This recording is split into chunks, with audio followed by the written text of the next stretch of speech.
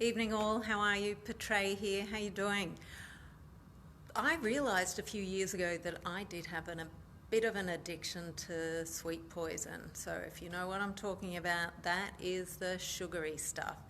I was I realised I had an addiction when I tried to actually give it up, and I didn't realise how hard it was. Now I have some empathy for people who are trying to give up whatever it is, whether it's cigarettes, alcohol, weed, whatever. But I realised that some years ago, so this goes back to 2011, when I uh, took the lead from my partner who gave up some sugar. He cut it back based on one of those gym challenges, and he basically cut out anything that had more than 10% of sugar in it. And I just sort of watched and thought, oh, he's lost a few kilos, and I thought, what a nice idea. So I thought I might do the same thing. And it was the day I started to cut the sugar out of my life was the day that I realised I had a bit of an addiction. And honestly, the cravings were just massive. I realised my head was just like thinking about it all the time. My taste buds wanted it, and my belly certainly wanted it, because I had conditioned myself to wanting or to having a piece of sugar, a little bit of a chocolate or a sweetie after lunch and after dinner. I might not have had much, but I had enough that I was on a drip feed with sugar. And I tell you what, it scared me. It made me realise, oh my God, even a little amount, but having it daily can really give you that sense of an addiction. So I thought, well, what am I going to do to get rid of this? So I realised when I was giving it up that I was going to have to draw on some of my psychology strategies. And the biggest one that really helped were aspects from my mindfulness. So the mindfulness certainly looked at, this is just a thought, it'll pass. This craving, it'll pass, be it the cravings from my mind, but also my body was craving it as well. And just allowing myself those 2 to 3 minutes for that craving to sort of rise and then go away. So that was something that was just so powerful for me to realise that yes, me who considered myself so healthy had actually an addiction that I just sort of let slip into my life a little bit. And so getting rid of it was much tougher than I thought. The first 2 weeks were really challenging because those cravings were just massive. And so I had to sort of allow myself the space after dinner, etc., to just let them be there, because they were going to come up. And I just sort of thought, well, I've actually got to try and allow them to be there, give them the space. But like a little child who's trying to get your attention and they're grabbing on your, tugging on your, your trouser, pant, legs, etc., that, they want your attention. But if you just let it be, eventually it'll just peter off, and that's what I found.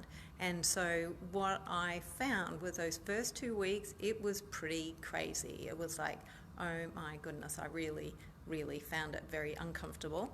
And so what I then did was the next 2 weeks, so weeks 3 and 4, whilst it was difficult, it became a little easier. And then once I kind of got through that first month, it was pretty much a smooth sailing after that. But it was 4 weeks, 4 and a bit weeks of quite a conscious struggle. But it was a very good learning opportunity, because it made me realise this is what people do all the time when they're trying to get some substance out of their body. There's really quite a strong sense of this thing having taken over part of your body and your mind, and being able to sort of stay with it long enough to get that thing out of my system. And that was one of the best things I did, because it then became one of the most, in some ways, easiest or simplest, because it was just like one strategy, get rid of this one thing out of my life. And not only did I end up feeling a lot better for it, but also I did lose a few kilos. From memory, I think I dropped about 5 or so kilos at the time, that had slipped on over the time. So it might have even been a smidgen more. But whatever it was fairly effortless to just change one thing and see the clothing start to fit a little bit more comfortably, etc. Not that I'm a particularly big person, I'm quite slim actually, but I'd put on a little bit around the middle and a bit extra everywhere else that I didn't really want.